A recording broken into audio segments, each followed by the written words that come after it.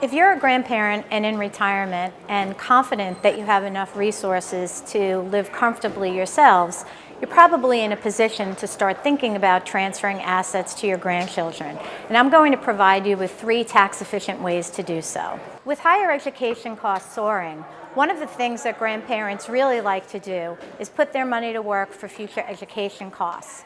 If you're in this position, one thing to consider is utilizing a Section 529 plan for this purpose. If you gift to a 529 plan, the assets are going to grow in a tax-free environment, and then they'll also be tax-free if used for qualified education expenses.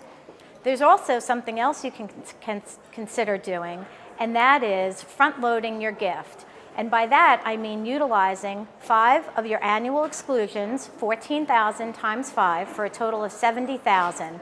And you can contribute that amount for one grandchild in a particular year and not be subject to additional transfer tax, as long as you don't now utilize another annual exclusion in a future year.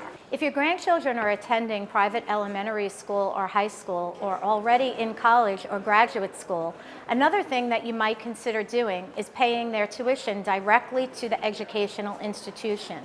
If you do this, then it won't be considered a gift for transfer tax purposes, and the entire amount will be excludable from your estate. Beyond helping your grandchildren plan for future education costs, another thing that you can consider doing is helping them plan for their future retirement. If they're currently working and earning income, and you transfer $5,500 to them in 2015, and they've earned at least that amount, they can utilize the full gift that you've given them to fund either a traditional IRA or a Roth IRA.